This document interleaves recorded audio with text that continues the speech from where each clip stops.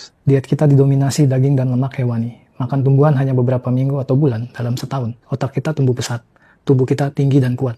Penyakit kronis modern nggak dikenal. Act 2, The Great Downgrade. Revolusi pertanian. Manusia menetap dan beralih ke biji-bijian. Data arkeologi menunjukkan tinggi badan menyusut, gigi berlubang, tulang menunjukkan tanda anemia dan infeksi.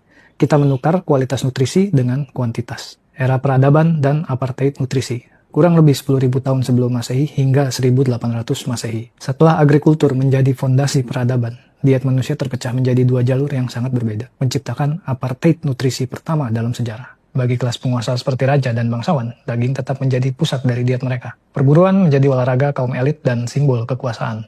Sebaliknya, bagi 99% populasi, para petani dan rakyat jelata, hidup mereka bergantung pada biji-bijian yang mereka tanam. Diet mereka mayoritas terdiri dari bubur dan roti, dengan daging sebagai kemewahan yang langka. Akibatnya, penyakit peradaban yang pertama kali muncul di awal era agrikultur, seperti kerusakan gigi dan malnutrisi tadi, menjadi kondisi endemik di kalangan massa selama ribuan tahun. Namun ada satu catatan penting yang membedakan era ini dengan zaman modern. Meskipun diet berbasis biji-bijian ini suboptimal, populasi saat itu belum diserang oleh 3 raja penyakit metabolik, gula pasir olahan, minyak sayur industri, dan makanan ultra proses. Era ini menciptakan populasi yang sudah lemah secara metabolik, menjadi target yang sempurna untuk dihancurkan oleh revolusi industri yang akan datang. Act 3, The Modern Deception. Era penipuan modern. Akhir tahun 1800-an, lahirnya dogma anti-daging. Gerakan keagamaan seperti Seventh-day Adventist dan tokohnya, Dr. John Harvey Kellogg, mempromosikan sereal cornflakes tahun 1896 dan diet vegetarian sebagai makanan murni untuk menekan dosa berakar dari ideologi, bukan sains. Awal abad ke-20, masuknya Big Money dan Big Tobacco playbook. Di era ini, para raksasa industri dari sektor minyak bumi, rel kereta, dan terutama tembakau